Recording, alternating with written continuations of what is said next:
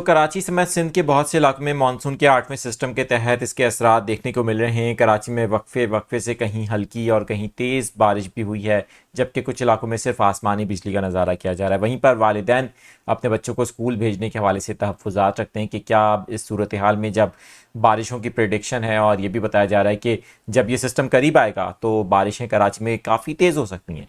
तो ऐसे में क्या स्कूल बंद करने का फ़ैसला किया गया है या फिर नहीं? और जो सोशल मीडिया पर जो ख़बरें चल रही हैं स्कूल्स बंद करने से मुतालिक, इन पर अब एक बहुत ही अहम अपडेट सामने आई है, वो आपके साथ मैं शेयर करूंगा। जिस वक्त आप ये वीडियो देख रहे हैं मैं मदीना में मौजूद हूं और यहाँ से ये अपडेट आपको दे रहा हूं।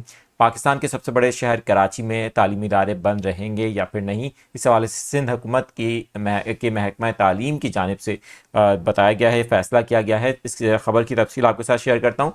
जो लोग पहली बार हमारा चैनल देख रहे हैं, इस चैनल को शॉर्ट अपडेट्स के लिए आप सब्सक्राइब करके बेल आइकन प्रेस कर सकते हैं। अच्छा, सिंध हुकूमत की महकमा तालीम की जानिब से ये बताया गया है कि कराची में अगरचे बारिश का इम्कान है, तेज़ बारिश का इम्कान है, लेकिन वालिदैन और स्कूल की जो इंतज़ामिया है वो आपस में राब्ते में रहें। जो सोशल मीडिया पर फेक खबरें चल रही हैं उन पर ध्यान ना दें। स्कूल्स बंद करने का फ़ैसला अभी तक नहीं किया गया। मौसम की सूरत हाल कल देखी जाएगी बुध वाले दिन, और कल की सूरत हाल के बाद अगर फैसला करना होगा तो फिर किया जाएगा। अदरवाइज़ अभी तक सिंध भर में, कराची समेत सिंध भर में स्कूल्स बंद करने का या तालीमी इदारे बंद करने का फैसला सच नहीं किया गया। सोशल मीडिया पर जो खबरें चल रही हैं उनमें कोई सदाकत अभी तक नहीं है।